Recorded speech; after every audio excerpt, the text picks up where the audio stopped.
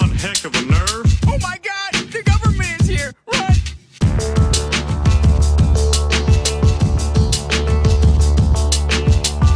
Hey, barkeep, whose leg do you have to hump to get a dry martini around here? Ich bin ein Springfielder.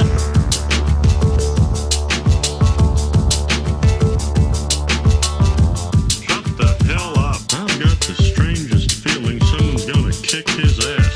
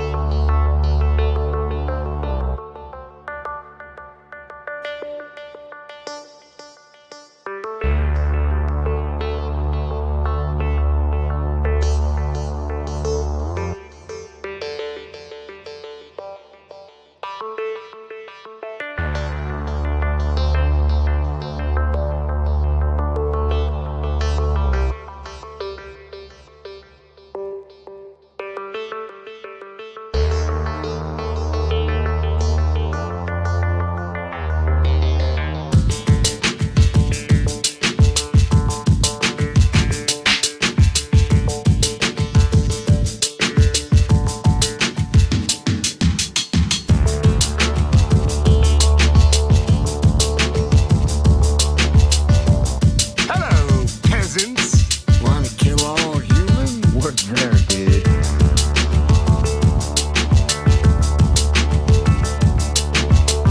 We'd like some money. Yeah, money. Money is cool. Onto a scene.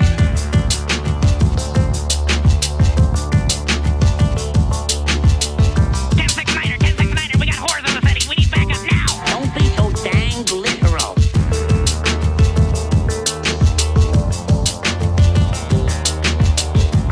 Well, you've got one heck of a nerve. Oh my God! The government is here! Run!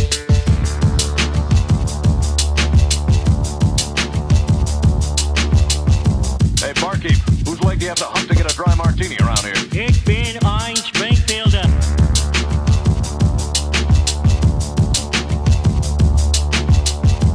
Shut the hell up. I've got the strangest feeling someone's gonna kick his ass.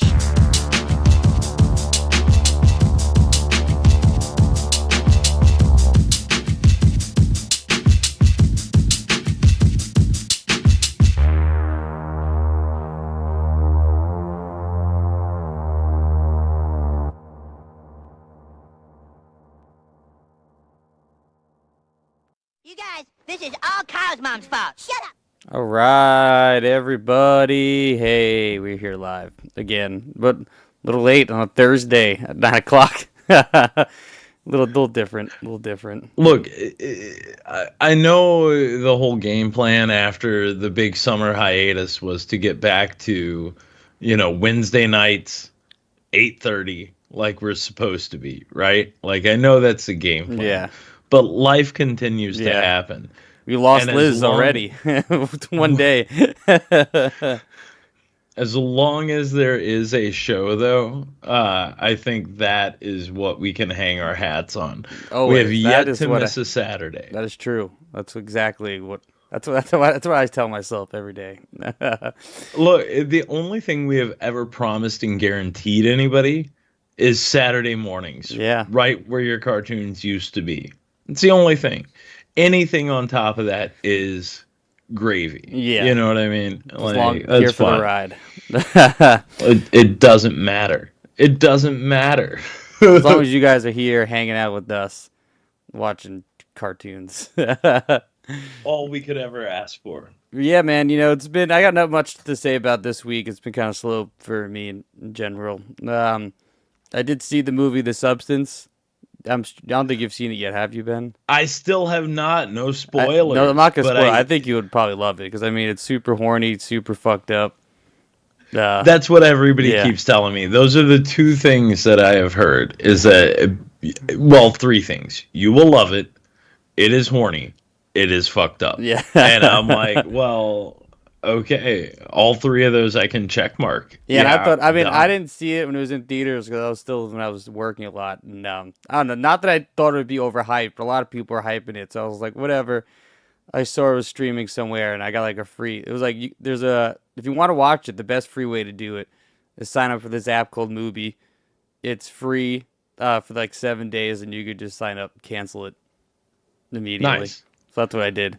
So I watched it and it's great. So you should That's check what. it out. That's the same advice Lloyd gives everybody on Trauma Now. Yeah. Sign up for your free month and watch everything, and then just get a new email address. And sign up again. Can't say that I haven't done that before. I think all of us have. I mean, what else came out this week that I know you watched was fucking part 2 of Cobra Kai season 6.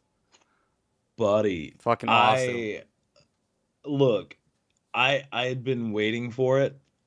The first part dropped while we were shooting Lloyd's movie. So I came home and I watched it. And where they left us hanging off, like getting ready to go to the big tournament, left me with such blue balls. I know, the first part 1 was such a cock tease. Because not much even really goes down in part 1. No, but it's so much setup, Yeah. and it does get you ready for it. And you're like sitting there with like, with just a massive like karate dong waiting for things to happen, and then nothing, and it, like, to see the tourney, to see where they're going, but then. This is where Netflix fucked me, and like where it really bothered me. Still, we're hanging out for another 2-part closer. Like it's gonna be a part 3 to the season. But at least, you know, the spoilers out there where I was watching it. At least this cliffhanger like felt like I felt the stakes. Like, got me more hyped than I think the end of part 1 did. Like, yeah, the part 1 felt like a blue balls, but this felt like a cliffhanger. Like, oh shit, now there's a reason for part 3. Now they got you frothing at the mouth. Now they got you really waiting, because like, and it's impossible to talk about without spoilers. It really let's is. spoil it. I don't care. You know, whoever. Well, people don't come here for Cobra Kai. They come here for cartoons, so it's fine. Like, when they start bringing kids back over, the fact that these people are buying airplane tickets. Dude, I was thinking that the whole, so like, this is like the one thing I don't get. There's a lot of awesomeness that we can talk about, but the one thing I don't get, so Kenny doesn't get on the team, right? He shits his pants. That he's pissed at the Russo's kid again. You know, there's that drama. So he's not on the team. But then shit goes down with Johnny's girl, where she's pregnancy's fucked up, and they're like, oh no, we gotta send Miguel and Johnny have to go back to America from, what country are they in? I don't even remember. Somewhere in Europe. Yes. It's like not Germany. It feels like Holland or something. Still long flights and very expensive flights to do. Whatever, you can do it one way. I get it. You know, they scrounged up with some money, maybe. You know, they can fly out there. So then they have to have Kenny come in, and they're like, we got to get Kenny back to replace Miguel, because Miguel can't be in the team. Miguel and Johnny land. They find out that their mom's all right. And then they just fly right back, and Kenny's still on the team. So, like, what was the whole... I didn't understand the whole point of that entire... I get just to bring Kenny in, but then it's like, but you brought Miguel back anyway, so why just not have Kenny on it the whole time? Dude, it's so that LaRusso's kid could have that turn. He has to do the thing that's greater for the team than for himself, so he has to eat crow about the whole shit pants thing, even though he's not the kid that did it. Yeah. He has to have the moment where he apologizes for being an asshole. Yeah. And he does. The Like, good scene where has he's to. like, that was a good moment too, and because the other chick, I don't remember her name, who did poison Kenny with the poop pills, she calls him up as the LaRusso kid was telling Kenny, like, oh, it was, I'm just gonna eat all this laxative in front of you to apologize. Well, Kenny's getting the phone call to find out that it's not him who did it in the first place. But I love that Kenny gives him the advice, like you want the home field advantage for this. I think my favorite part is in the whole thing. It's where Johnny and Daniel are having like a little bit of that tete-a-tete, the back and forth. Yeah. You know what I mean? Always going back and forth. But where they're just calling each other pussy on the beach or whatever. And it's like they say pussy like 37 times. And it's the funniest thing in the world to me. And Ralph Macchio seems very uncomfortable saying it. Like, I know. weirdly, he just seems... It doesn't feel natural coming out of his mouth. He's too... Yeah, I can't... Him just cursing in general would be just weird. It feels so out of character for him, and he doesn't do it well. No, he still does some yeah. karate pretty well, though. I mean, when he gets like kidnapped that one episode and just starts like fighting all the dudes, and he's like, "Oh, you're a Cobra Kai the whole time." This season the back half of this season has so many like exceptional fight scenes. Yeah. Exceptional fight scenes. Everything in the tournament is fucking kick ass. Everything. And they're real fighters. So actually, I don't mean to cut you off. I looked up that one chick in the show, Zara. She's like the youngest like world champion, whatever, black belt fight. Like she's like insane, like legit, like fighter. Same with that other dude, the big tall kid. On the when Iron they're Dragons. Jumping over each other and flipping over backs and fucking all that banana shit, like these kids have been training for 1,000 years, like their entire lives. Yeah, and it's exceptional physical prowess that is like absolutely undeniable. Like the skill level of these kids, I could never. I took karate from the time I was 8 until I was 18. I can't jumping kick. I couldn't jumping kick. They're like then. spinning and jumping, kicking. It's ridiculous. It's gymnastics is what it is more than anything. It's fucking absurd. But it's such a good time. You know what I mean? Like it's such a good time. And it's good because it's such a good show. A lot of times too, and this is you most recently my most remembered, like they did a video game show, Twisted Metal, pretty fun show. But the whole point of the game, is it's like a tournament racing, and same thing with like Mortal Kombat, the movie that came out. It's like all right, but both those things missed the opportunity of like making a thing about the tournament. And I like that this part 2 is like all about like it is the tournament. The tournament's this important. You're seeing the tournament. You're seeing the drama behind the tournament. It's like wrestling almost in a way. Entirely. It becomes like the Olympics. It becomes like wrestling. It becomes those things where it's like fucking you've got the behind the scenes is more engaging drama than anything you could see like with Robbie and fucking goddamn, what's her name, the chick who jumped to Cobra Kai, Robbie's girlfriend. Oh my, the blonde. I know who you're talking about. Tori. So like, with her and Robbie's drama, right? Where Tori's going through some shit and she's like, I want to break. And he doesn't really understand. He's still trying to help her. But then there's the other Asian dude on the Cobra Kai team who's like, I think his name's Juan. Or Quan. Yes. Quan. He's like fucking being like, oh, I'm going to bang your girl, blah, blah, blah. And like trying to make moves on her. But then he doesn't see her like turn him down. So then he just gets blackout drunk and then he bangs Tori's like the girl that Zara, that nemesis. Yeah, her nemesis. Yes. It is wild. And then the whole time you're thinking these kids are all like in high school or barely out of high school or whatever. And I love when he goes to the bar and he doesn't know what to order because he doesn't drink because he's in school. And then I forget what he orders, but then he's like, make it a double. And you're like, I don't think I never said that once at a bar. I don't think I have either. I can't. I can't think of a time when I've been like, make it a double, tap tap on the thing. Yeah, you know.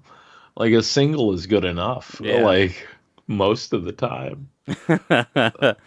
But yeah, I watched through I motored through that. So did I. Binged. And I didn't think I was gonna binge through it because I didn't binge through the first part, but I just was like, that was in. I couldn't stop.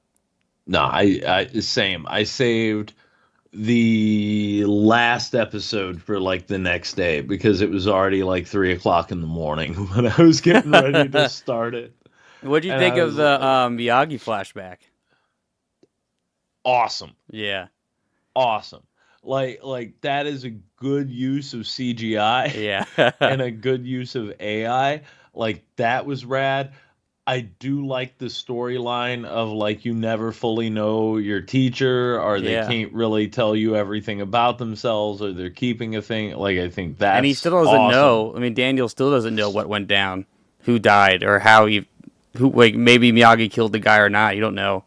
Yeah, And- all they know is the guy died during the tournament, during the fight, and Which Miyagi is not, won. which is crazy because isn't that not where we are as the audience watching the end of season 6, part 2? Ooh, very good, very good. Because yes, we are indeed. And that's the biggest sort of. That's why it's like official, like full blown cliffhanger status. You know what Yeah. I mean? Like that's why is because fucking these people like, well, man, a knife gets introduced. Which is also Kreese's the knife. way the Kreese's knife gets also involved. I think is so silly because like that whole scene I watched him. He takes the knife out because obviously Terry Silver's back, which is also wild. He just got away with all that bullshit from last season, but whatever. He like Kreese pulls out the knife and then puts it in his back. Like, why didn't he just keep it in his jacket the whole time? Like, what was the point of moving it to his back? I'm like, it's totally gonna fall out, and then immediately it fell And out. immediately it falls out. Well, like that's the thing though, James. If you're a karate man and you have a Karate knife, you want it as easily accessible as possible. And that back knife, the back pocket pull is a good pull. Do you know what I mean? I Like guess. that's a good pull. It's better than rooting around in your jacket or like, oh, fumbling Oh, through give your me a pockets second. and shit. I'll get it. Yeah. It's just a flip and it's out. But I'm just downside glad though is- someone finally died in these brawls, or maybe he doesn't. Maybe we'll find out what happened. I mean, he definitely seems dead. But these brawls are always fucking insane. They even make a joke about it in the episode. But I'm glad there's finally some stakes. Some real Yeah. life or death actual Because like what, stakes. Miguel was paralyzed for a bit, but he's fine. Yeah, look at him. He walks like a champ. Yeah. He kicks like a champ. He punches like a champ. That kid is fine. That kid is absolutely fine. No lasting anything for him. Like, Yeah. but no, I was very into it. Very into it. And then, like, outside of Cobra Kai, the other thing that I watched over the course of this week, it's embarrassing, but okay. So I want to take you back to a time Yeah. when I was a much younger man. How Around much younger, around like 2005 to 2008, Nice. sort of era. I was like all right? 15 around there. There was a television show on. You may have watched it. I never did. Called One Tree Hill. Oh my God, you're watching One Tree Hill. So Jen is watching One Tree Hill. So by virtue of, I have a us- small gripe with that show from 2006.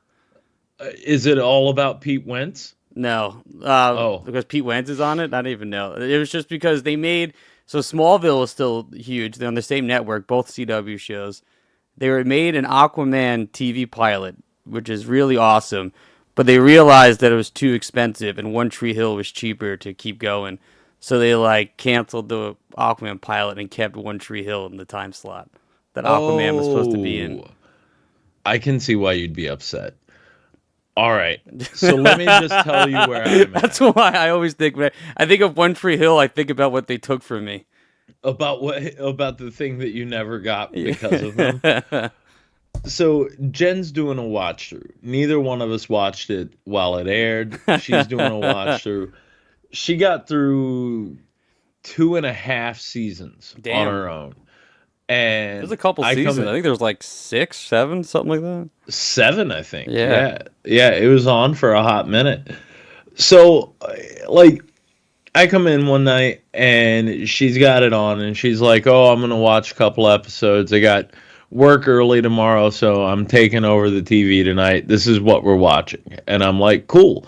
I'll just sit here and play on my phone or Pokemon or whatever. You know, it doesn't matter.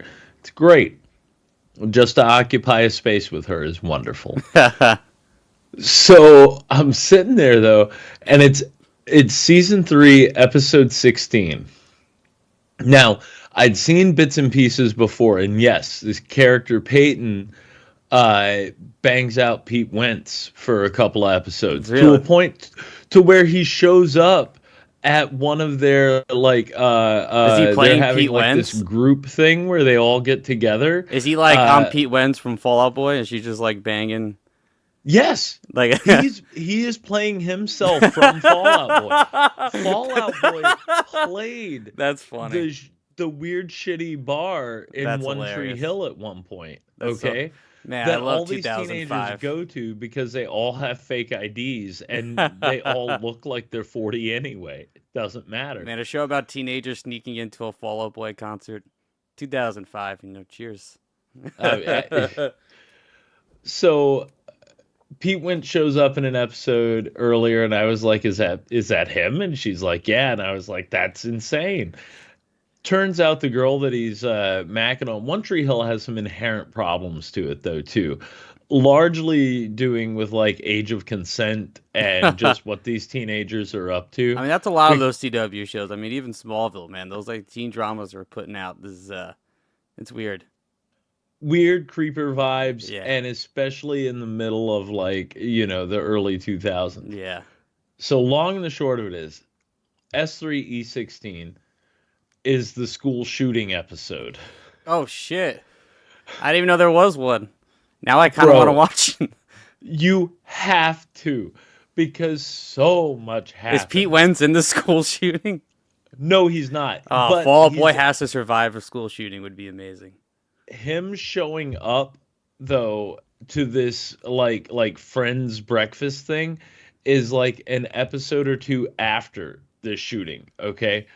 But the way it all takes place is like they're going into the school. There's this ostracized kid that Jen's like, huh, that's weird that he's showing back up. I haven't seen him since like, season 1, and he was just in the background. He was Mouth's dumb fat friend that had like 2 lines. Wore right? old black and a long black trench coat. So close. He's smoking cigarettes and like in this like beige sort of looking overcoat, right? But he's like chain smoking cigarettes, and then you see him as he's headed in, and I was like, he's about to shoot that fucking school up. And Jen's like, he is absolutely about to shoot that fucking school up. Neither one of us had seen the show. Sure as shit, he goes in, pulls a gun out of his pocket, and then he takes, two shots? 1 or 2 shots. Shoots through the glass, shoots Peyton in the leg. School evacuates. Now it's like 6 people left inside with him in a room, and he's slowly releasing these hostages. But when you talk about like overacting and the way the kid goes out, he kills himself at the end of the episode. Nice. And they don't shy away from showing it to you. But it's like, it's a terrible way to kill yourself on TV. And normally, the gun would go in the mouth or under the chin, something. What does he do? Puts it in his tummy and then lame. takes a shot. A dude comes in, this dude Keith, who's like one of the guy's stepdads, comes in, okay? And he'd come into the school, he's trying to talk the shooter down, all of this stuff. Well, he doesn't do it, okay? He can't talk the kid down. The kid kills himself in front of him, and the Keith goes running over to the body. At that point in time, the mayor comes into the school. The mayor. It's still on lockdown. The mayor is Keith's brother. He picks up the gun, the gun that the kid was using, shoots his brother, Keith. Boom, kills his brother in the school. Wait, the mayor? The mayor does. Then he blames it. He blames it on the school shooter, on the kid. Said that kid killed Keith before, he killed himself. And the mayor claims to have watched it all. But he did that so that he could fucking take over the mayor's wife. Or take over his brother's life. The mayor wants to be his brother Keith, who he killed. What the fuck? It's insanity. It is like next level insanity. Now I'm hooked. I'm watching this with her. She goes through a few more episodes while I'm working on some stuff, whatever. I check back in. It's season 4, episode 3. The same, 3 or 4. The same chick Peyton's going through the ringer. Now she has a brother that shows up out of nowhere, like supposed to be her brother. Her mom's dead. Younger brother or just older brother that comes in? Yeah. And he is older. He's slightly older. But she has a dead mother, and then she has a dead birth mother. So she was adopted, and then, like, her birth mother comes into her life at one point, dies, And then now this guy's showing up saying he's her brother. Well, let me guess, too. Is he, like, this, like, hotter older brother that, like, one of her friends is, like, really into that he's probably going to bang? Oh, dude. Hotter older brother, yes. However, he's a stalker. He is in love with Peyton, who he's claiming is his sister. Oh. And he is using the brother guys to try and get in so that he can, like, kidnap her and do horrible things to her. It is insane, to a point to where when he does a home invasion while she's gone, he puts up photos that he's taken of her all around her room, and it's not just like a minor collage. Damn, I bro. thought this was more like some like Degrassi shit. Yeah, that's why I didn't watch it when I was younger.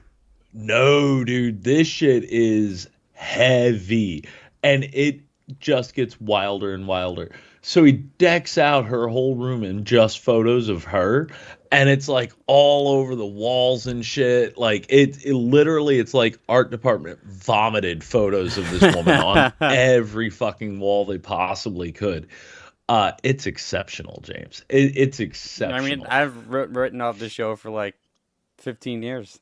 Same. I never in my life did I think I would watch an episode of One Tree Hill. Like, never.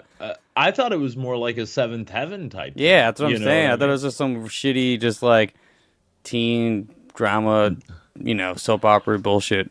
Like This CW ain't likes to for do. teens, bro. This ain't for teens. This is barely for adults. It's crazy. It's crazy. But yeah. Apart from that, I mean, I know it may have been a dull week where you were, but last night So you're you're filming right now in a freaking hotel room. Yes, I am in a hotel room tonight. I have a bail bonding class tomorrow. It's my yearly 8 hours of continuing education that I must take to keep my license good in Sumner County, so I can keep getting people out of jail. Bro, last night though, Yeah. the reason we were not here, I was offered up for slaughter to the scumdogs of the universe once again. Went to go see Guar. Nice. Isn't it amazing in this age of AI and generative bullshit and pop music that Guar is still playing, spraying blood on people?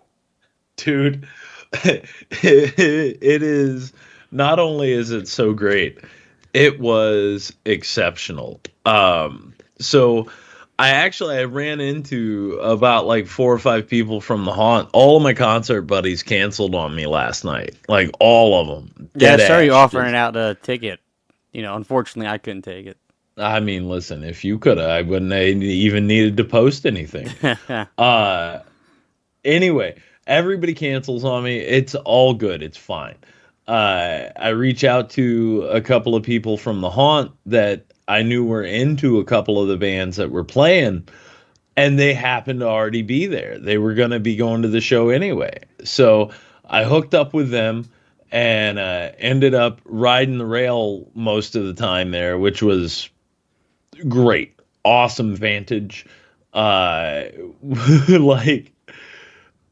the number of people they killed was significant, and the storyline for this tour is hysterical. What is it? It's called the Stoned Age Tour. And so GWAR, it started off before the election, so during the election cycle, right? And it had to make a sudden shift after the 5th, but only briefly. The whole idea of the show is that GWAR was going to be the next president, right? They were looking at the All U.S. of GWAR? All of GWAR. GWAR themselves. The whole thing, it would be a shared presidency. But after the election, obviously, they introduce Donald Trump in the beginning. He takes over the GWAR show. If you've seen him in the last like 10, 12 years, they've been using War Pigs as their theme song. So, you know, they go through the typical like pre-show playlist. You know, they're hitting like 4 or 5 songs beforehand. And then the second you hear War Pigs is when the lights in the arena go out, everything goes black, and then that's when the stage starts to light up, the smoke starts to fill, and it's all during that, and then GWAR always comes out after War Pigs. So they start up with it, and then it's interrupted, like almost as Ozzy starts singing, right? We interrupt tonight's festivities to blah, blah, blah, a special message from President-elect Donald J. Trump. And then out comes this big cartoony puffed up like version of Trump, and he's delivering a speech that is horrendous. It's horrible. It's racist. It's about making America white again. Oh my God. It goes places, man. It's funny. And then to stop him in the middle of the speech is Kamala Harris. She comes out, and GWAR then takes the stage and butchers them both during El Presidente. It's Did an you get sprayed with exceptional blood? opener. The first thing I got hit with, do you know what the very first thing I got hit with was? What? Spray of shit from Kamala Harris's ass. She was shitting while she was dying. She was shitting first to, like, that was how she was going to stop Trump. So they pull the dress they have off of the costume that the person's wearing, and it's just this ginormous butt with a hole in it, you know, a butthole. It's got a butthole. Yeah. And it just starts spraying this black and brown spew out of the butt, and it's like I'm right down front, off to the left-hand side as you face the stage. And they had the ash just pointed squarely, like where I was. And it's like, I saw it coming at me, and it was just like a face full of like ash water. That's the first thing. And then they gut Trump, and then GWAR does their little comedy bits. They play another song. And then the whole rest of the show is them being like, well, we're GWAR. We can't be presidents. We kill people. We do all these terrible things. We shouldn't be president. And Ballsack has a time machine that is a leftover prop from a previous tour. So they brought the time machine back out, and they start bringing out the greatest U.S. presidents of all time and other world leaders. So last night, Like some Bill and Ted shit. Basically, yes, but with a GWAR spin. So last night they killed, and in no particular order, because I'm bad at that, they killed Trump, Harris, they killed Ronald Reagan, they killed his dead corpse, they killed Abraham Lincoln, Barack Obama, Adolf Hitler, George W. Bush, the second one from 9/11. Yeah. They killed him, Joe Biden, and Barack. I think I said Barack, You said Barack Obama. There were a couple of other ones sprinkled in there, but basically it was like history lesson via Guar, and it was hysterical. The Hitler that they had him rigged up on this table, and they wheel him out there, and the table's all like, sort of half upright. But he's got this big bone dick, and they take his pants and they open it up, and he's got this huge boner, and on the boner is a Nazi flag.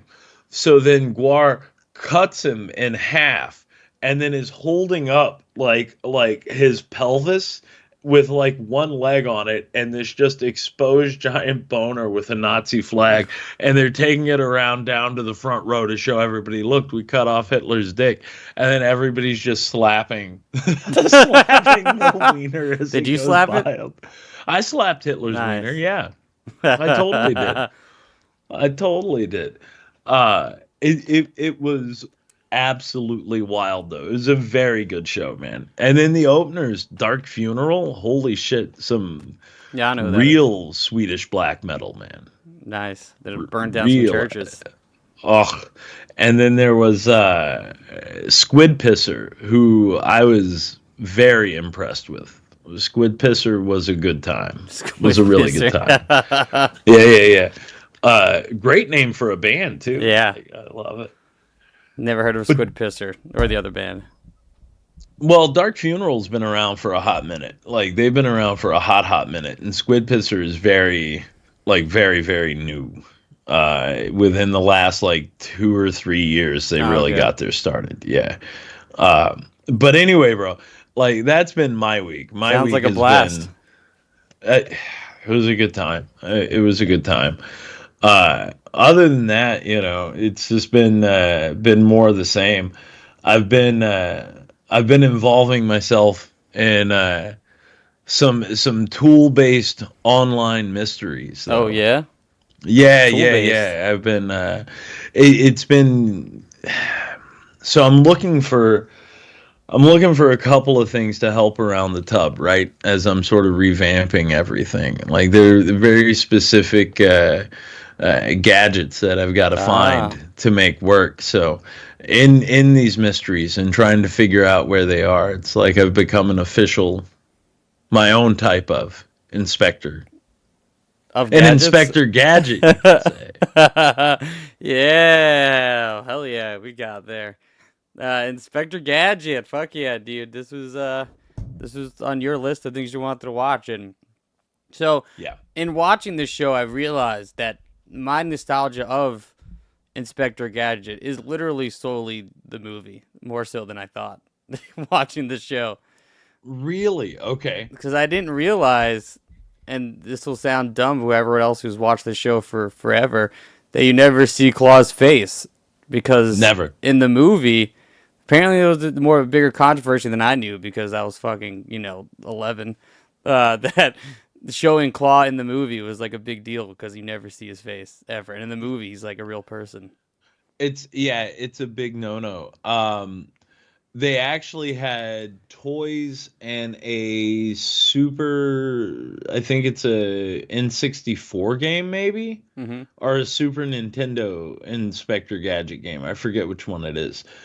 But anyway, when they sold the toys, you could buy a Dr. Claw action figure, but because they'd never shown the character's face in the cartoon, Yeah.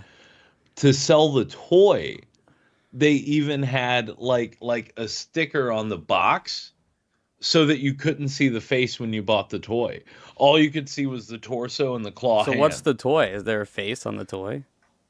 Absolutely there is. And it's What? just this screaming looking guy with this shock white hair that's up and spiky.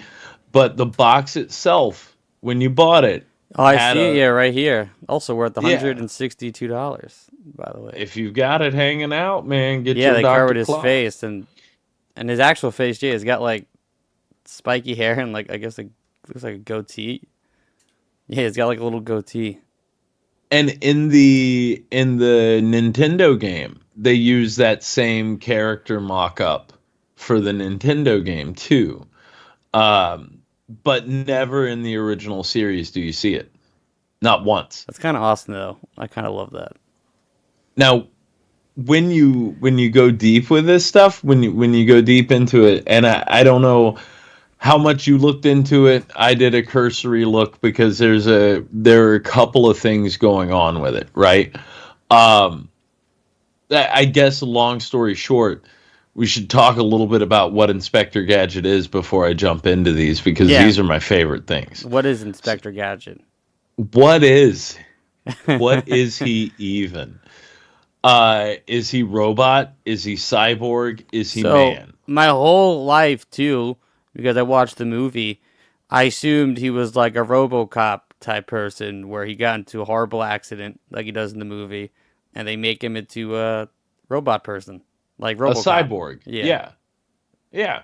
So, and that's what they'll tell you, is that he's a cyborg. I think they even reference it in a couple of the earlier episodes, right? Like that he's some sort of like cyborg, cybernetic type fucking gimmick, okay? Now, with that means he is still partially man. So he's got his niece, Penny, who is with him, and her dog, Brain. Penny is a hyper-intelligent child. She has Very intelligent. She has a book computer. She has a computer that is a book. What a nerd. Imagine being a kid in the 80s with a book computer. What a fucking nerd. Such a dork, right? You and your calculator watch and book computer. What are you, like super smart or something? Ugh. So there's Penny. Give me your lunch money.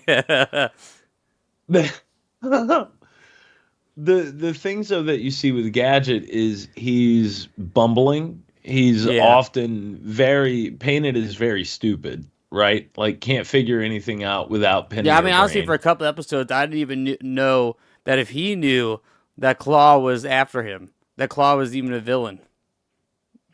There are many you don't think that he even knows that. There are so many that you think he doesn't know this.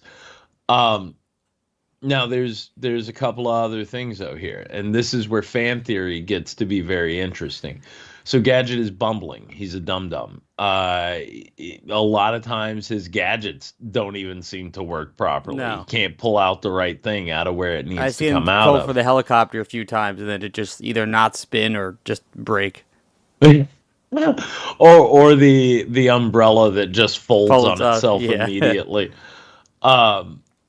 Penny, though, is always there to guide, but she, as much as Gadget is there to sort of like protect and do for her, like he doesn't seem to recognize the fact that Penny is often the one calling the shots. Yeah, right? she's literally the hero of the show. Her and Brain are literally. He's just like a face that everyone just keeps congratulating. And he never knows why. That's the other great part. Well, Gadget, you did it again. Did what? Oh, okay. Yes, Chief. Yes. And then Brain. So Brain is interesting because Brain is a dog for like all dog reasons, all dog purposes. He does dog things, but he has an array of disguises and often just walks on his back legs. Yeah. All right. Now, I didn't write down episode numbers. In a show like this, I don't see a need to. Yeah. I don't see a need to really sort of like dissect episode by episode, because I mean, this is all the episodes are all over the place and fine, but they're meant to be a weekly thing and not a cohesive. Well, and unit. in true 80s fashion, man, like every single episode is the same. Yeah. Is exactly the same. Gadget gets the note from the chief, blows the chief up, goes on an adventure, and Penny and Brain save the day.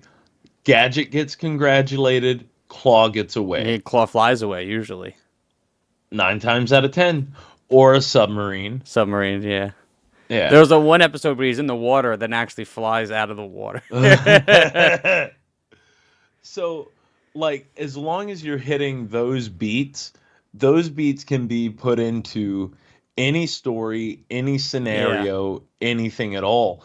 And we see that evidenced in the fact that Gadget, Winter Olympics, that's in what was originally the unaired pilot. Unaired pilot, But then aired and is listed as episode 65 of season 1. Oh, really? Interesting. Yeah. It's listed as 165. Does he still have the mustache? Yes. Yeah. And it is on Paramount Plus as 65. I looked it up earlier just to make sure. I watched mine on Pluto TV because it was free. Ooh, I use John Bergio's Paramount Plus account.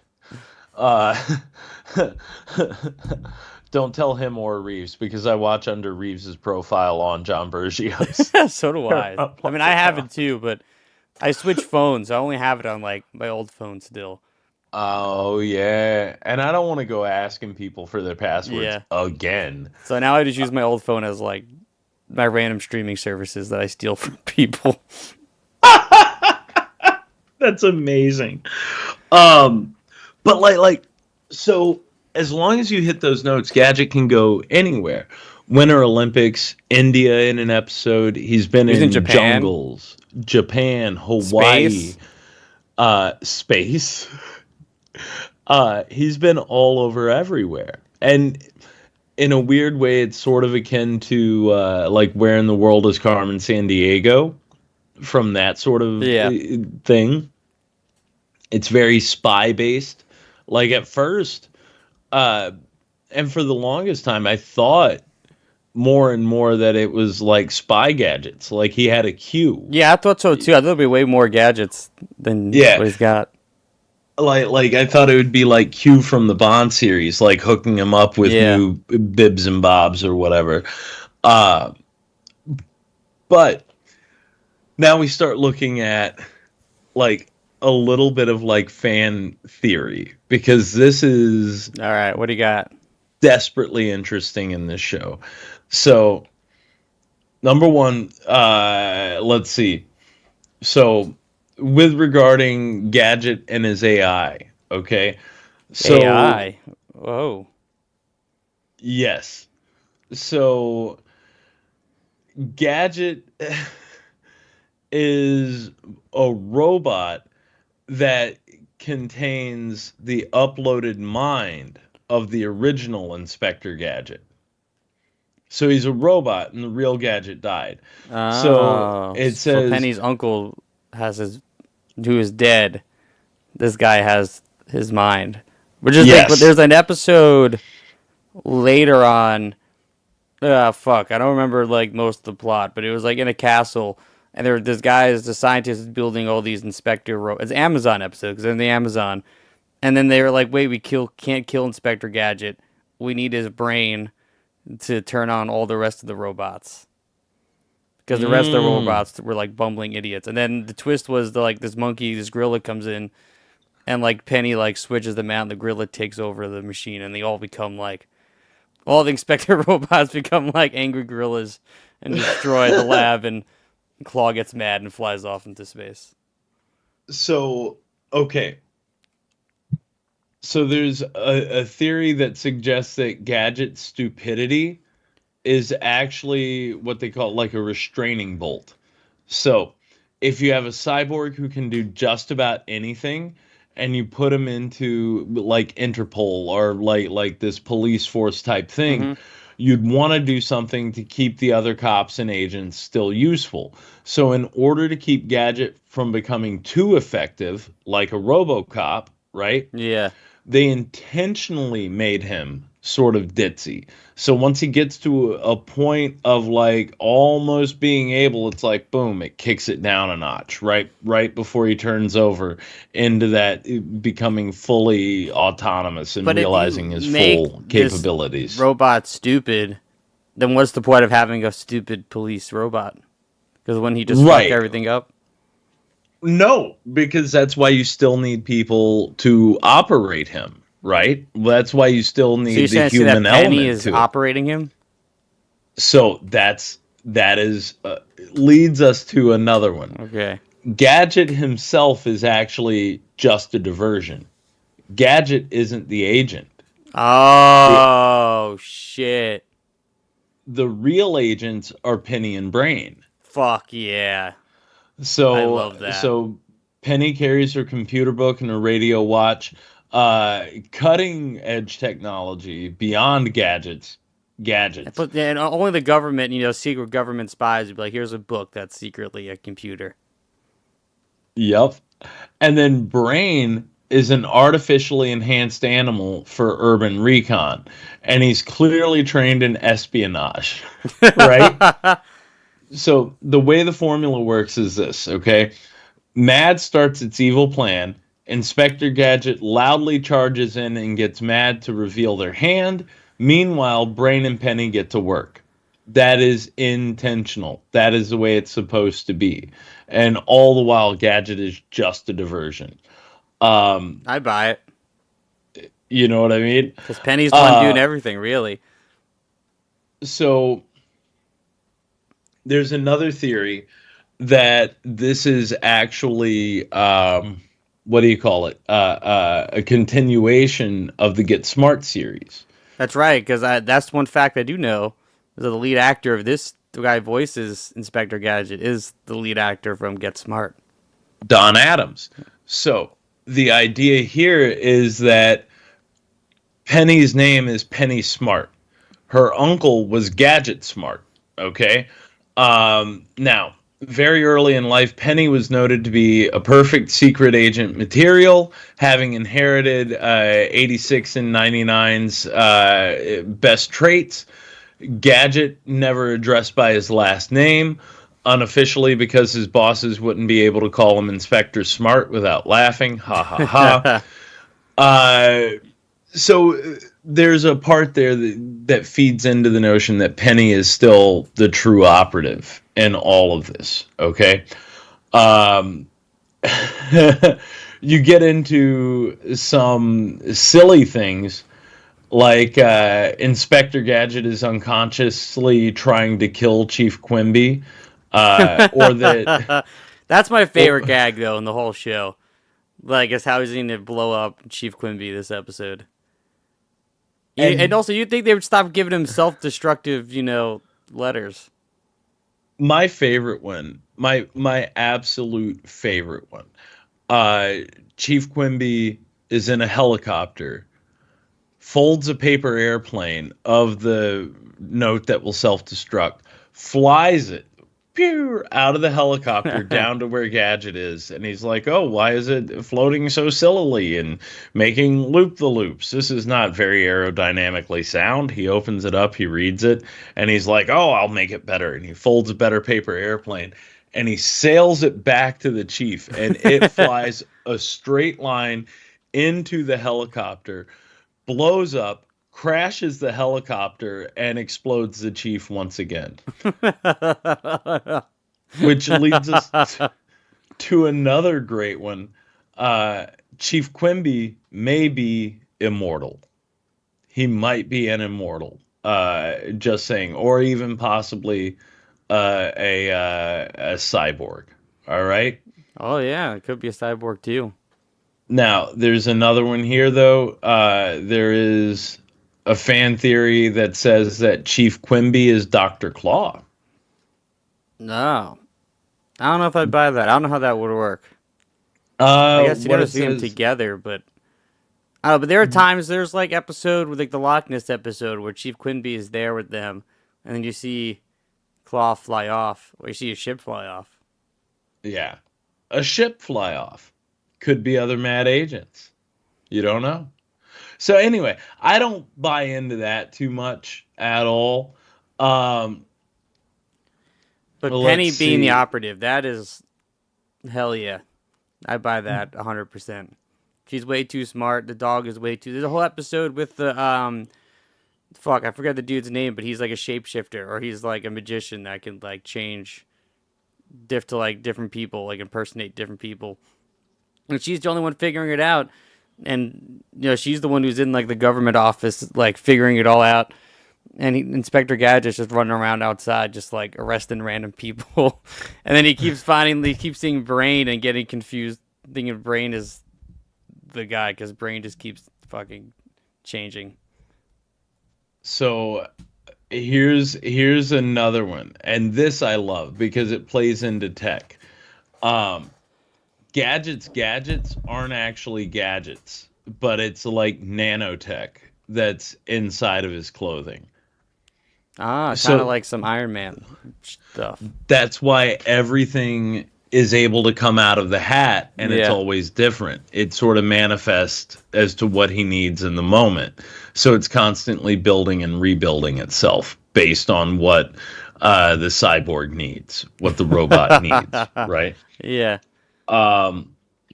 There's another one that says the entire show is Inspector Gadget's dying dream.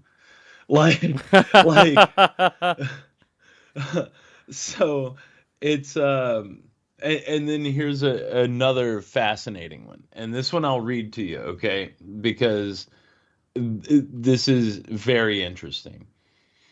Okay, Dr. Claw is the original Gadget. Okay, so he was horribly mangled and deformed by the incident, which is why he never shows his face. The MCPD gave him up as a lost cause and built a robot to replace him. Maimed, unpersoned, and forced into a life of crime, right? He wants to destroy his duplicate, is the idea, is the thing that took over his place in life. Took his family, took his job, took his everything. And so Dr. Claw is the original Inspector Gadget. I can believe that too. I'm into that theory. I think that's exceptional. So does that make Penny his actual niece too? So yes, Dr. Claw would be Penny's actual niece, but it goes a step further because the internet is a son of a bitch, and they say that Dr. Claw could be Penny's father. Oh. Who was an operative. And so that makes him and Gadget brothers. Okay? Yeah, I like the idea of let's him see. being her dad. And then, yeah, it's like, I imagine there was some incident where they both get mangled, but then Gadget gets saved. He's left behind, and now he's mad revenge that Gadget has his life with his kid. Mm-hmm. See? There's another one that says, and this is where this shit gets so ridiculous. Somebody is claiming that Penny is Sarah Connor from the Terminator series. All right, I don't know about that. Let's see. Inspector Gadget is dead. The sequence that you see in the opening credits is from the final mission. All the stories you hear eventually lead up to a downer ending. All this time, we never knew how it all ended, yet it was right in front of us. Quimby getting electrocuted and the safe kills him too. It figures that Gadget would die when he starts doing competent work. Anyway, there was another one that I'd read a while back that... yeah, I'm assuming there's no real finale to the show, right? I mean, it just ends. I didn't watch the last episode, but I'm assuming it just ends. It just ends. Yeah, it wasn't renewed, just ends. There's Not even no a real big pilot. finale. I mean, I kind of miss that way about cartoons, where you can just start a thing and then you just end it. There is no origin story and there's no like finale. It existed in a very special time. Like, you know what I mean? Like, I mean, know yeah, that I mean, sounds there's stupid still to say, shots but in this show too, where like there's one where he's staring at this girl's boobs in this one episode. Gets shot. Lana Lamore, Yeah. Lana Lamore, where he has to go to the movie set and Yeah. protect the actress who is the active double agent. Yeah. And then he is, and it's like he go Gadget eyes right onto her tits, and you're yeah. like, you can't do that anymore in kids' I mean, cartoons. and you saw the one too where they go to Japan and they just a bunch of just racist Japanese. There's like one where they're like a sumo wrestlers, and they're all the sumos are walking out passing each other, and each of them just keep going Ohio, Ohio. And then, like, one of them walks past Gadget, and then you're like, Ohio. And he's like, Oklahoma. It, I mean, it's funny. That you don't. No one does that anymore. Well, it's that, and then it's like it's obviously like hiring. It would be like hiring you to do a Japanese accent instead of a Japanese actor. You know what I mean? Yeah. It all becomes these very racially sort of motivated kind of fucking stereotype sort of things that, while there can be humor to them, it is offensive to have everybody running around doing the accents all the time. Yeah. But in the 80s, every cartoon can do it, no problem. Every person could. I'm sure. I'll die on this hill.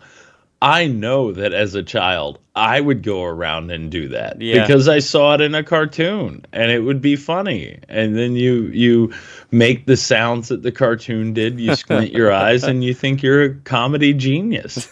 Yeah, I mean, remember back in the day when we used to get spam calls on our home telephone, our landlines. Ooh. My dad would answer and pretend to be like a Chinese food like restaurant.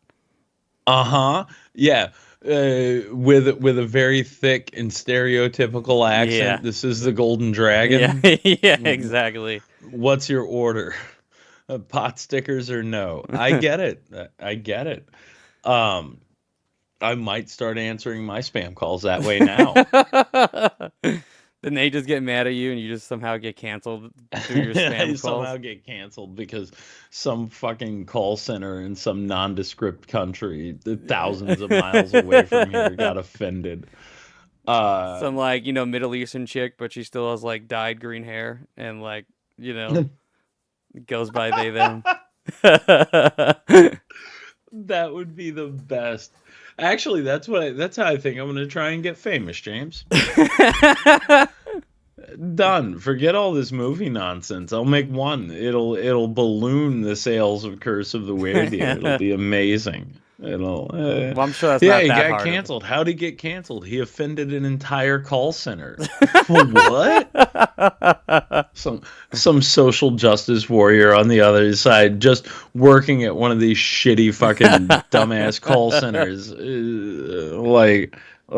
Whatever. Anyway, so you don't. I love the ambiguity in it. Because you don't really know who everybody is, and you don't learn a lot from the motivations. You don't. Another one that I heard was that Penny is actually dying also. Oh, what? And that her uncle... So all of Inspector Gadget takes place in her mind. That's why her dog's name is I'm just Brain, imagining right? Inspector Gadget talking to Chief Quinby, and he's just like, she's got cancer. And I can't, with all the gadgets I have, and I can't even fix her cancer. And I can't fix her cancer. No, but the way it works is that he's just crying, go cancer fix.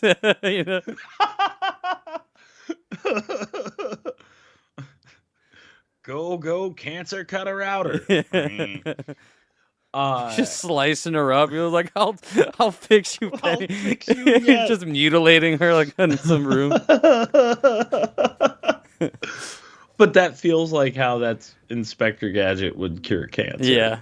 Just straight up cutting into a child. I mean, that is how he fixes everything else. But the idea is that he's her real uncle and he is a detective, but it's lower level. It's on the police force, he's more like a desk guy or whatever. And while she's in the hospital, she's cooking up all these fantastic adventures that she and her uncle could have together with their dog, Brain, who is representative of her mind in this. Oh. Whoa. Heavy. I still like her as a secret agent better. Penny is too cool and too smart to be relegated to just a cancer patient. Right, even in the eyes of the internet. Yeah. Exactly. But yeah, I think Penny, I think I agree with that more than anything, is that Penny is the real Because agent. Claude doesn't even know if Penny really is a threat ever. Like, Gadget is always the scapegoat in everything. He's always the one who gets cheered. He's always the one the bad guys are after, even though he does nothing and just exists. Yep. And I like to live in that world. I like to live in that world, I think. But so it's been 1,000 years since I've seen the movie, but the notion that they're so quick to turn law enforcement into cyborgs if they're injured in the line of duty is, it's the scariest truth I think that'll come to pass eventually. Do you know what I mean? They tried in Times Square with their RoboCop once. I don't think it worked out very well. They had that. Wasn't that the robot dog that they had going through No, or whatever? Well, they had like a big it kind of looked like R2-D2, or like it looked like what are those things in Doctor Who called, like the trash can looking? The Daleks. Yeah, it looked like Daleks, like this big white Dalek looking motherfucker, and it just would just roll around.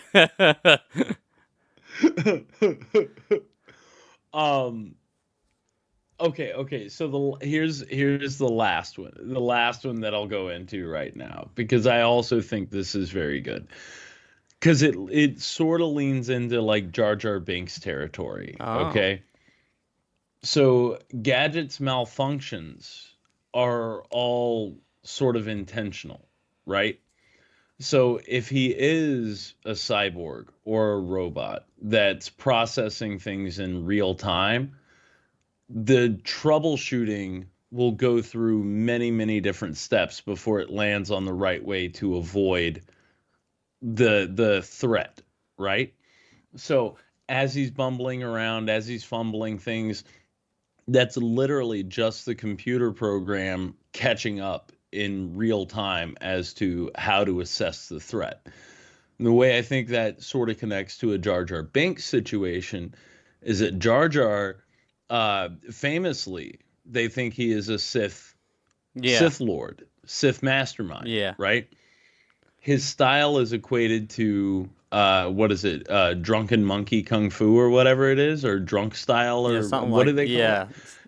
So if you apply that same thinking to Inspector Gadget, but infuse it with computer instead of karate stuff, Inspector Gadget is literally like just a drunken master whose computer is catching up with him. So to us, it looks like a bumbling, fucked up dum-dum, but there's actually processing that's happening to get to the correct answer as it goes along. No. I don't know. Yeah, I don't know if I buy that one. I like him more as the bumbling idiot. As a dum-dum? Yeah, well, what I love about him is that he is a dum-dum, but he doesn't know that he's the dum-dum. I guess dumb people don't know that they are really dumb, but I like that he in his brain, I am Inspector Gadget, the hero of this police. You know, I have to save the world. I'm the guy, even though he just fucks up and can't figure anything out ever. Like, that's Inspector Gadget that I love. I buy into that more. I like the idea though of it being sort of like a computer-based situation. Like I do like that idea. It needs a little more meat on its bone. It needs a little more meat on its bone. Well, that's why I think the Penny thing makes more sense. You know, she's the one. He's just the scapegoat, just face. Just the face of the operation. Yeah. She's the actual brains. Do you think it's crazy that Gadget can never realize that he's dealing? So, okay, fuck. They said that was the last one. The other one is that Gadget's AI, the reason why he can't recognize Brain is because whenever Brain's in like a human disguise, the reason why he can't recognize Brain is because he's supposed to like do facial recognition on things, and he should be able to recognize the face, But because he's a dog, it's not a human face. So the processor cannot process that he's looking at his dog because the dog's up on 2 feet and dressed like a person. So he can't figure it out. Now, did you see the episode where Gadget was in the hospital and Brain was the sexy nurse and he almost has sex with the dog? No, I did not see that one. I wish I did.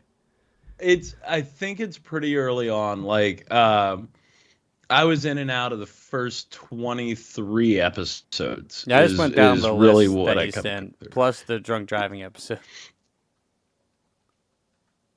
Come on, man. Okay, right before we get there, let's talk about this nurse thing, though. Like, again, you're putting this into a kid's show, okay? You're putting it into a kid's show. It is a dog. I think it's a guy dog. They don't really go into that. They do say good boy a lot, so I assume. Yeah, I assume. Yeah, they say good boy. So, Brain is already dressing like a lady, so he's in drag as a nurse. Gadget thinks he's a hot nurse, right? What the fuck? The whole thing is like leading up to in the episode, while Brain is trying to get Gadget out of the mad hospital that he's in, because he's been captured, and the whole shtick is, that he's in there for testing and all of this stuff, and then Brain has to get him out of there. He's dressed up like a hot lady nurse, and Gadget keeps thinking that Brain is trying to put the moves on him while he is actually trying to get him out of the hospital. So he's like, stop that, nice lady. Oh, you need to quit this. Oh. And because he thinks Brain's, trying to fuck him. I think I found he has like this like wig on. Almost like a fro looking wig. Right. But the drunk driving one, okay. So what did you think? I mean, so like I was kind of like cooking up some dinner while the episode was going on. So I was like, I kind of forgot the second there was a drunk driving one. It was a racing one. So I'm like half paying attention. I'm cooking. Then I suddenly hear Claw saying something like, "Oh, this is why you don't drink and drive." And I was like, "What?" And then I turn over. And then I just see Gadget just swerving around this racetrack. So then I went back like 15 minutes and rewatched it, what happened of him spiking Gadget's drink. And he's literally drunk, like on a racetrack driving. And when Gadget is drunk and he's all like, wee, just bopping around the whole time. What the fuck are we doing? And then Penny's like, I'm just going to control the car remotely. Uh-huh. Because that's what you have to do in those situations. But, like, another thing that Inspector Gadget does that, like, particularly cartoons in the early 80s did a lot of, that I still find very charming, and you don't see anymore, is the public service announcements. Afterwards, right? Every episode had a message. Every last one of them. One of them was about tips for traveling abroad. And when you go to other places, always remember, pack what you need. Don't forget your coat and your flashlight. There's one where it's like how to act to like flight attendants, like be kind to flight attendants or something. It's hysterical, the messages that they would pump in. And at the end of the race episode, when they're talking about car safety, it's not a drunk driving message at first. It's like car safety, you got to check your gauges, you make wear sure your seatbelts. Wear your seatbelt. Oh, and don't drink from a stranger before you drive a car. It was like, don't have a funny drink from a stranger. No funny drinks. It's not even pointed at that point. It's not even like as specific as it should be. It's just don't drink a funny drink. And the 8-year-olds watching it are just like, okay, what's a funny drink? Yeah. Define it. My mom's always drinking them funny drinks. I drank one of them funny drinks earlier. I got one of them when funny drinks. Right. But when I got to the hotel, I waited. I had a little personal pizza and a fucking couple of funny drinks, so I'm feeling good. Funny drinks. I think that might be what I start calling them going forward. Funny is drinks. Just funny drinks. Can I get a 6-pack of them funny drinks? Hey, bartender, can I get a funny drink? Make it a double. Make it a double. Double funny. Double funny drink. But that's the one that sort of like really kind of tipped me over when I was watching this in the first few, right? It sent me back over an edge of being like, this is what kids TV should be and should still be to this day. Because I do, the formula is simple. You don't have all of this story that you have to worry about. And the other thing that I think this show does perfectly, and without a bunch of lyrics, without a bunch of story, in just imagery and music, they, in the first minute, tell you everything you need to know going in, right? Do do do do do, Inspector Gadget. Do do do do do do. Whoa! Like, the only lyrics are the name of the show, Inspector Gadget, whoa-oh, and then go Gadget go. Yeah. Go Gadget go. But the imagery sells you the entire show, because it does. It starts off with the chief in the safe, the exploding thing, Gadget going through stuff. You see him think he catches Claw at the end of it. He never does, because Claw is always getting away. Like, it is a perfect, like, small little, like, minute and a half of what the show is. And that's what it is. I love it. Yeah, it's what sometimes shows I think definitely get too complicated. I mean, I guess we're adults, so I guess we expect more story a lot of the times, but yeah. And what I really appreciate about this show is that I feel like a lot of the times a show like this will do like the double episodes. Like, it'd be like 10 minutes and 10 minutes. And I like that this is 22 of just one straight story, which makes it even easier to follow. It's so much easier to follow, and it's not so quick. You know what I mean?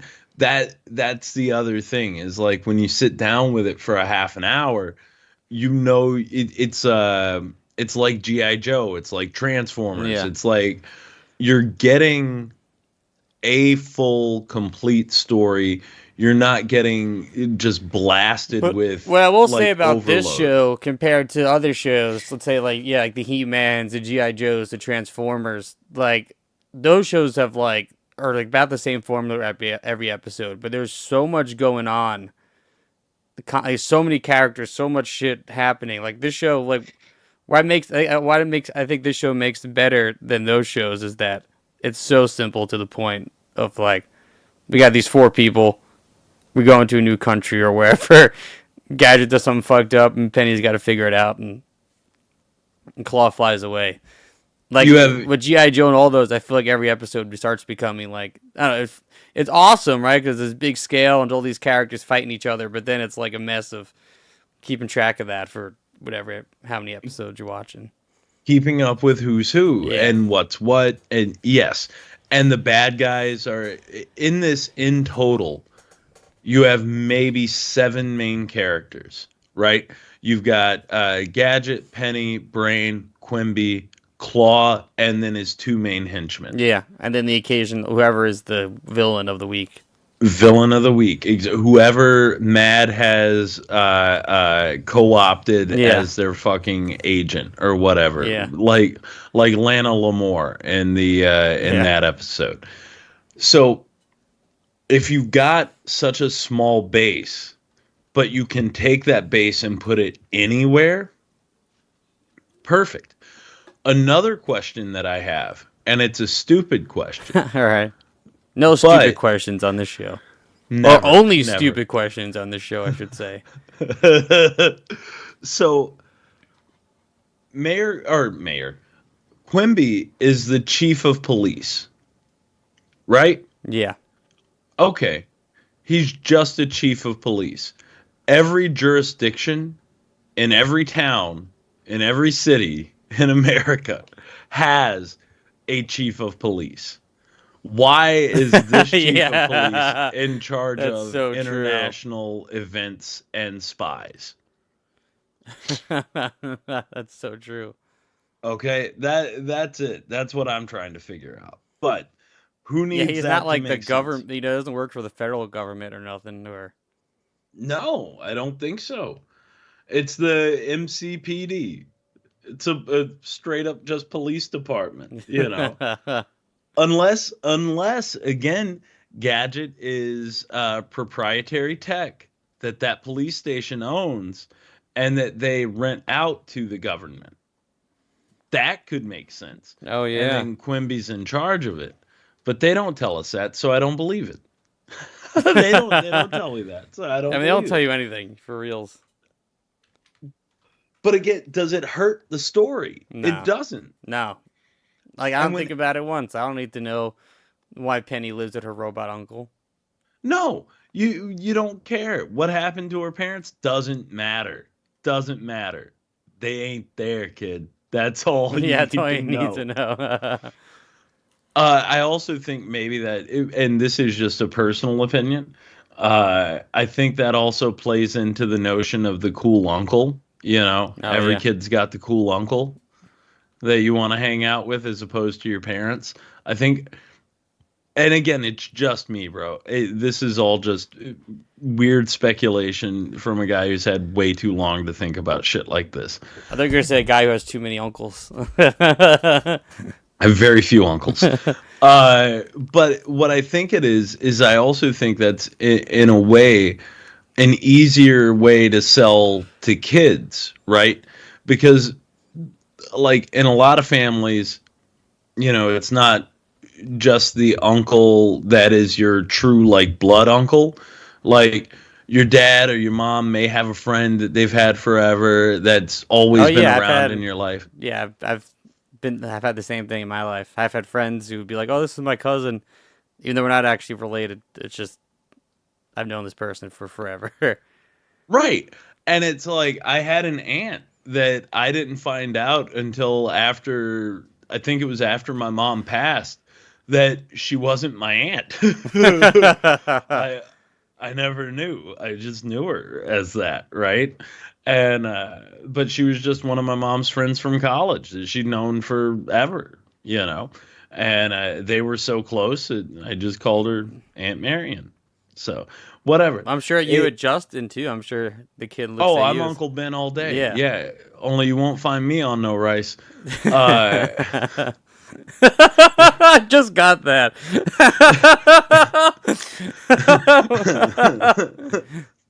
so, but yeah. Like that very much is the same thing. I'm Uncle Ben all day, and it works. It's good.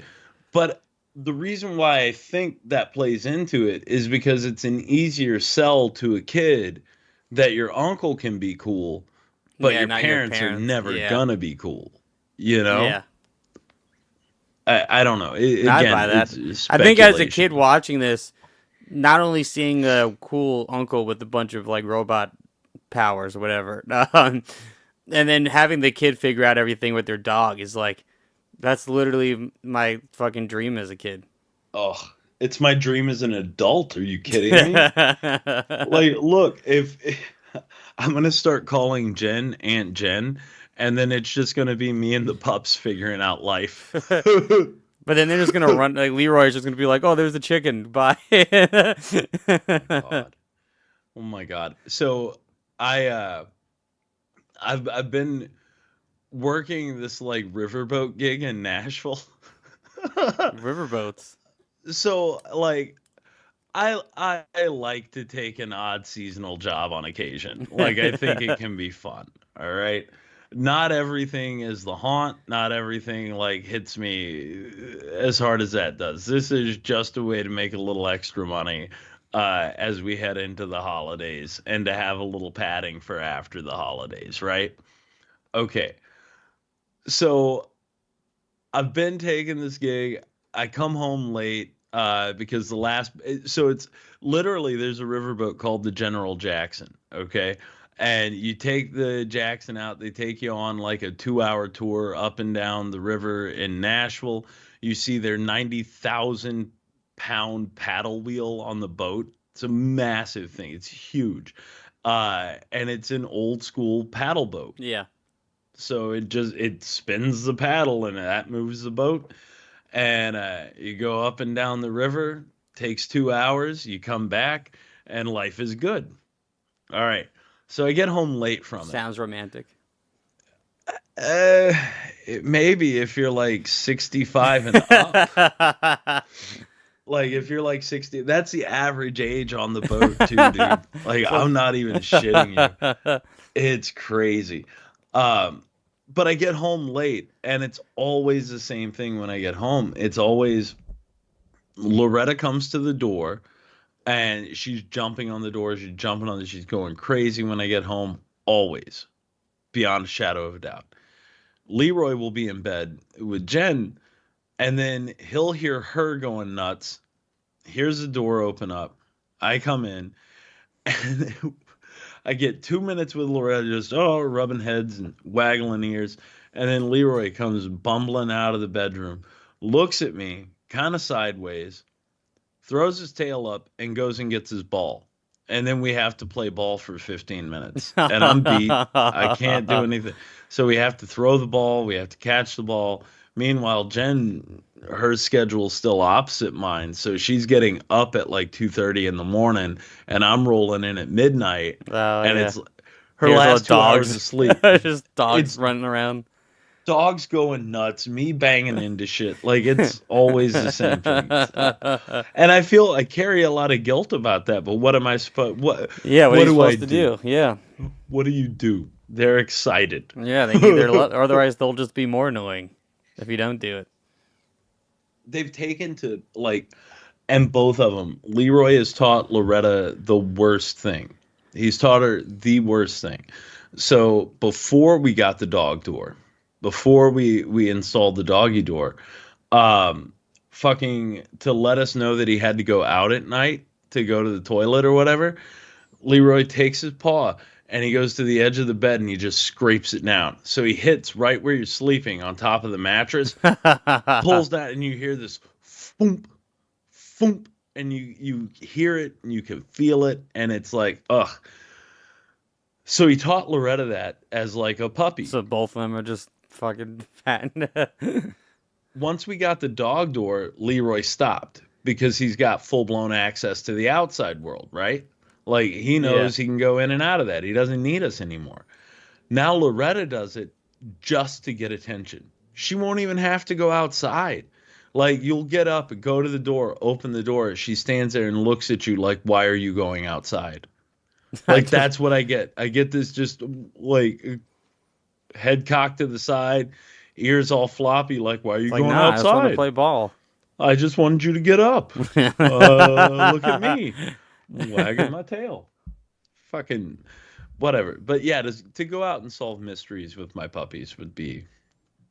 It's a dream. That's how I want to spend retirement, James.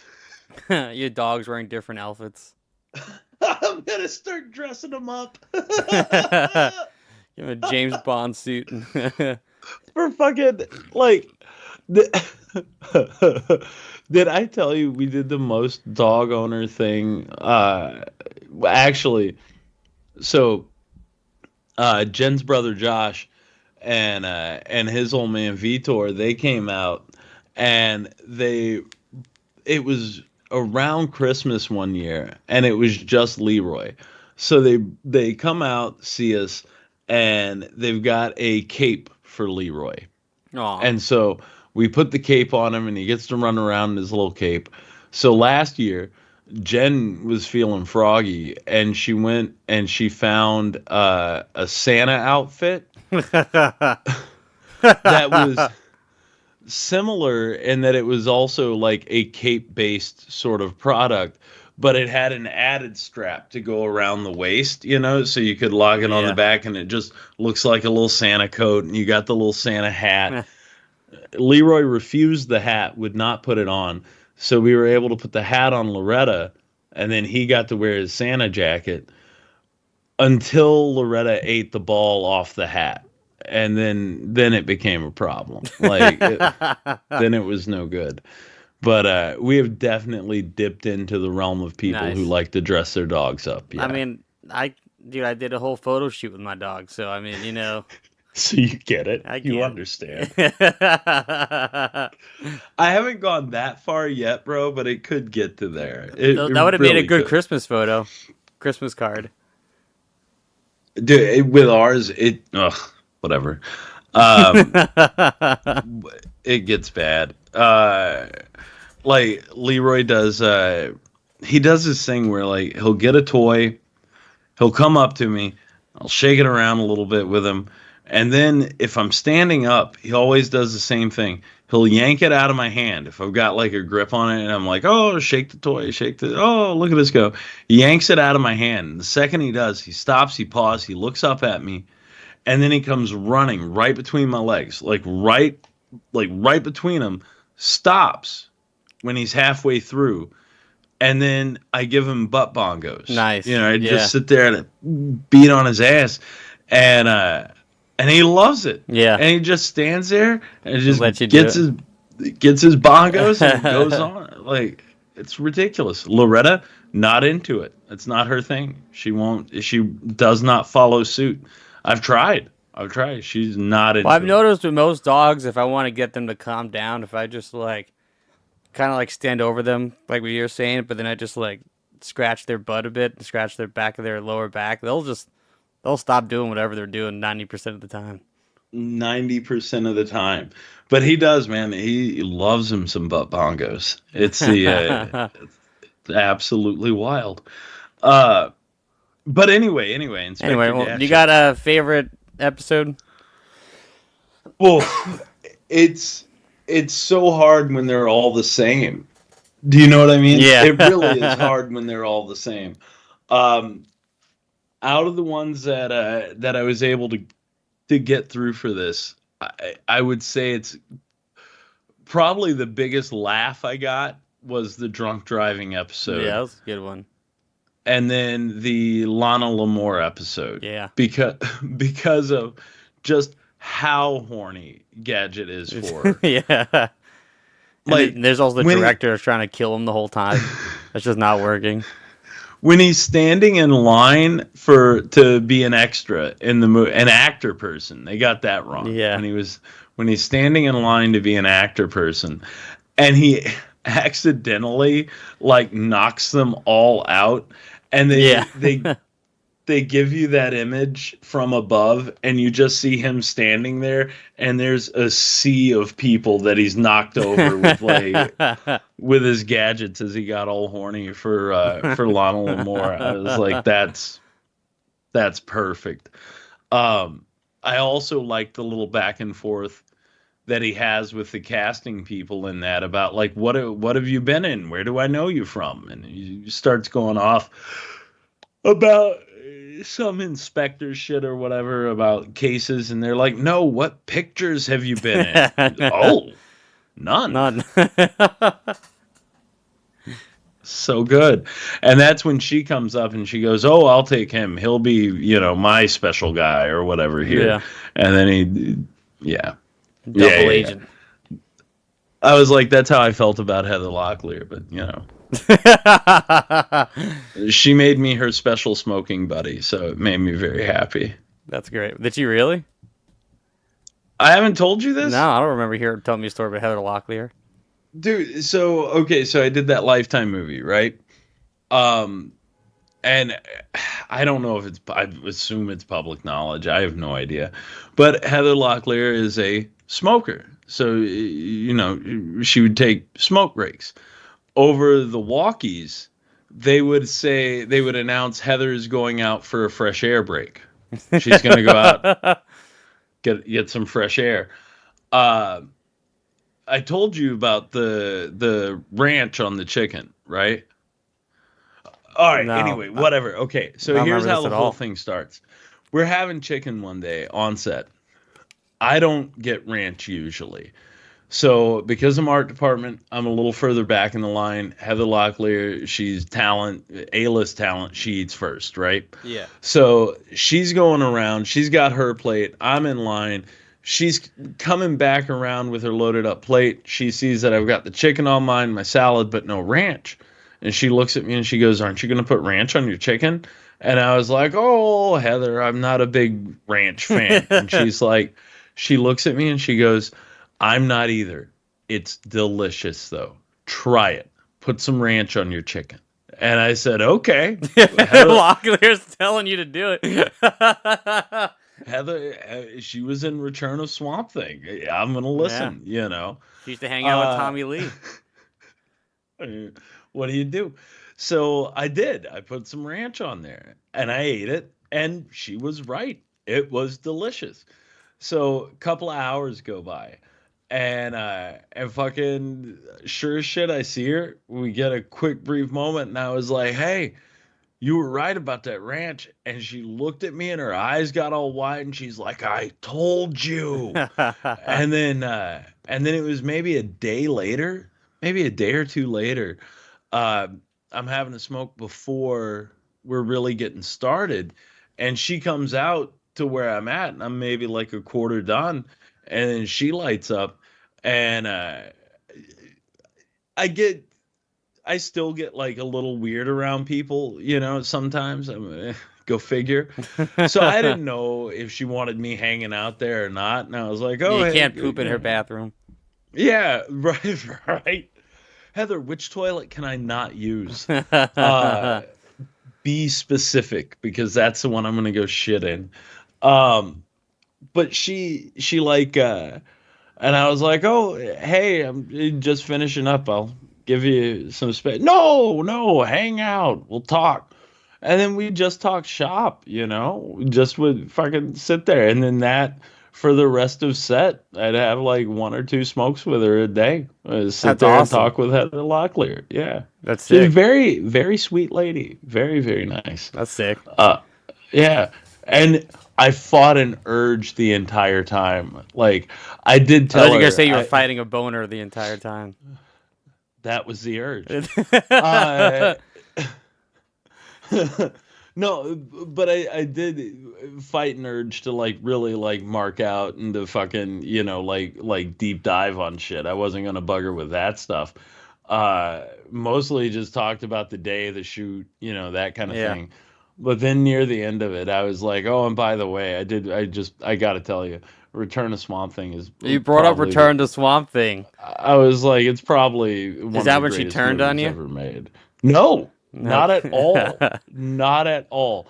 She just grinned real big and she was like, "I hear that a lot." And I was like, "Good, you should." It's a I'm a little great surprised that's what movie. she hears about a lot. But yeah, I mean, Return to Swamp Thing, classic. Oh, The best so Jim Wynorski movie ever.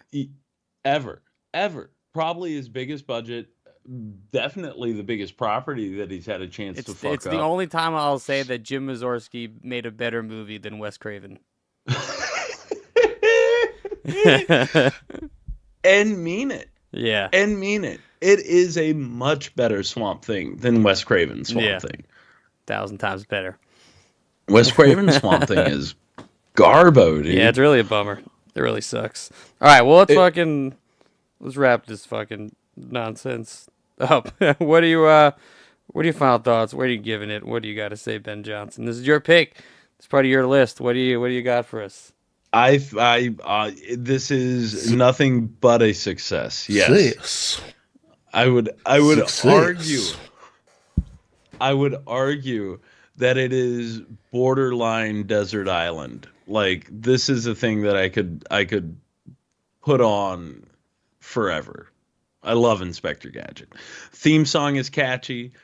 I love how they use it throughout the series. Yeah, I mean, it's a good little score to kind of like, oh, they're going somewhere. Do. You know, you can like take bits of it. Yeah, you can take that riff and you can play it in 1,000 different ways, as long as you maintain like that level of structure. Yeah. And they do. They make it horrifying at times. They make it very scary, as they go through. They make it bright and cheery sometimes. They do a lot with it. So it's what's the word I'm looking for, James? There's a good word for it. It's universal. Universal. It is universal. And again, the second you watch the theme, you know the show that you're getting into. You don't need the whole history of everyone and everything. You know where you're jumping in at any point. And the fact that it's episodic and it's not this big overarching story, you can watch any one of those episodes and just jump right in. It doesn't matter. No. Like the fifth the episode, pilot jumps right in. There's not even like a real, even the unaired pilot. That's why they put it in episode 65, because it doesn't matter. It doesn't matter. The order doesn't matter. And there's something very freeing about that. It's very good. It's very good. But what about you? How do you feel? If the only experience you'd really had with this was the movie, where does this go for you, sir? Well, I'm going to give it a success. Yeah, I had such a blast. It's fun. Like, I literally just echo everything you said. It's just simple. I wish more cartoons were made kind of simple like this and in a fun way, where it doesn't feel like a Fox show where it's so, because Fox does the same things, where every episode's kind of the same, but this is still like fun and weird. And I love the idea. I always love the idea. If I'm a kid and I'm watching this, it's like the kid is the real hero of the story, and Inspector Gadget is just the goofy uncle that's just existing in every episode. I love that. And I haven't seen the movie in a while. It kind of made me want to rewatch the movie, but then I was like, I'm all right. Yeah. then you've got to re-up your Disney Plus, right? I do, which hopefully I'm probably going to do soon, to be honest. I want to watch some stuff on there. Daredevil's coming out soon, I think January. Well, I did a thing. I briefly mentioned them earlier, but Josh and Vitor have Disney Plus. So the other things that I binged and that I watched through this week, I finally saw Deadpool and Wolverine. Nice.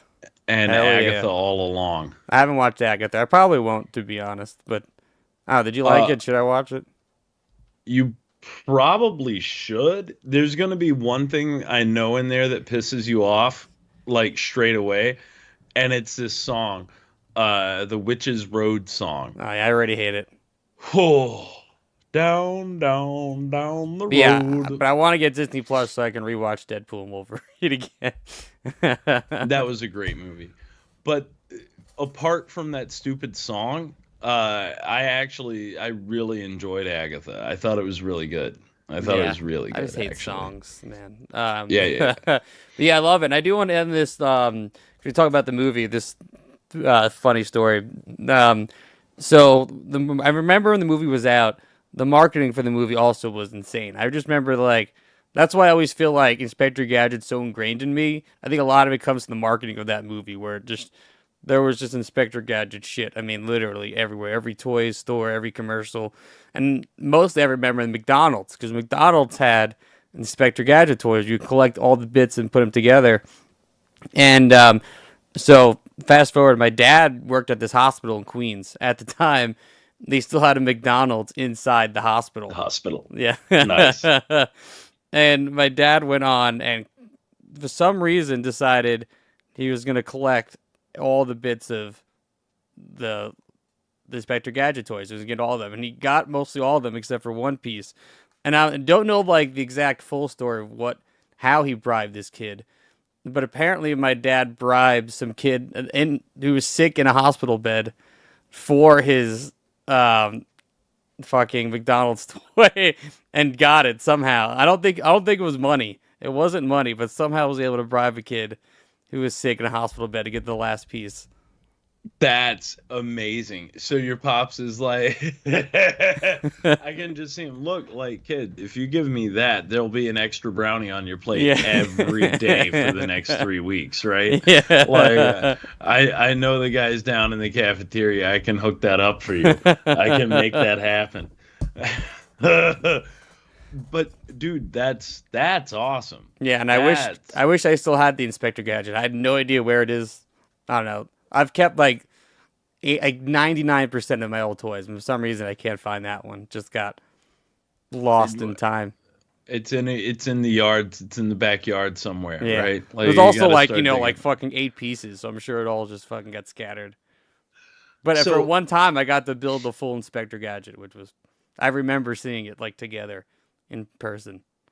So that's the other crazy thing, right? And maybe it's because I don't buy Happy Meals anymore, and maybe it's because I don't really pay attention to what's in them, anymore, because now you're murdering making children. kids but fat. somehow, about I would say 5 years ago, when Avengers was when Endgame was still rolling out, and it was still a huge big deal. McDonald's and Disney got back together, because now I guess McDonald's is revamped, or nobody really cares anymore. So now they have tie-in toys, but they're not as good. I try to buy some Avengers toys, and I fucking know they did it on purpose to me, because one time I bought something else, and then I threw on a Happy Meal, so it made it look like I wasn't just buying a Happy Meal, so I can get this fucking it was like a Guardians thing they were putting out. So I want some of these Guardians toys. And when I got my Happy Meal, I opened it up, and they just gave me a fucking ton of stickers. I was like, you fucking bastards. And I can't go back and be like, why was there no toy in my Happy Meal? You could. You could be like, how am I supposed to take this to my fucking nephew when I get home? I can't take this to him. There's no toy in it. Wow. James, that's terrible. That is absolutely terrible.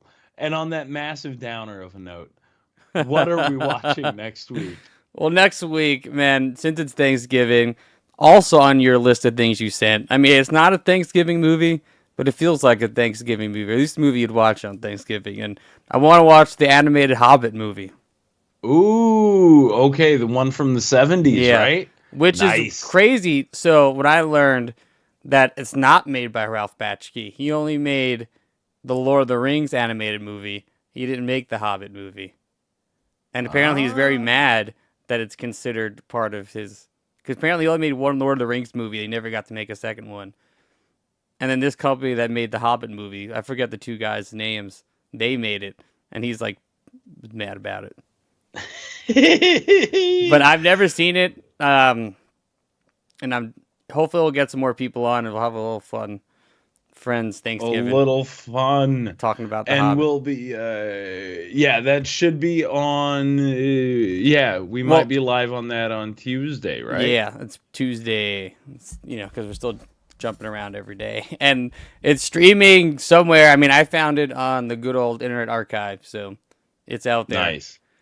I see it. It's up for free on YouTube, it looks right now, too. Oh, cool. I couldn't really find that on YouTube, so maybe you found something I didn't. Who knows? We'll figure it out. But it's out there. It's out there. You can watch it, and life is good. And the Hobbits look like what you expect a Hobbit to look like. You're not gonna see old fucking what's his nuts in this. There's no sad Gandalf like in the Hobbit behind the scenes. Yeah. No. Word, dude. No. Then on that note, James. It has been a pleasure, sir. Yeah, it's been great. Another episode down. Until next week, folks. Let's get the fuck out. Get the fuck out. Bye. You guys, this is all Kyle's mom's fault. Shut up, Cartman. Kyle's mom is the one that started that damn club, and all because she's a big, fat, stupid bitch. Don't say it, Cartman. Well, don't do it, Cartman. Well, I'm warning you. Okay.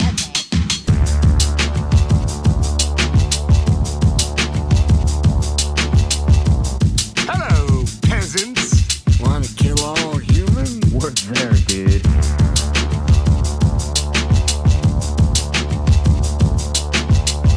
We'd like some money. Yeah, money. Money is cool. Onto a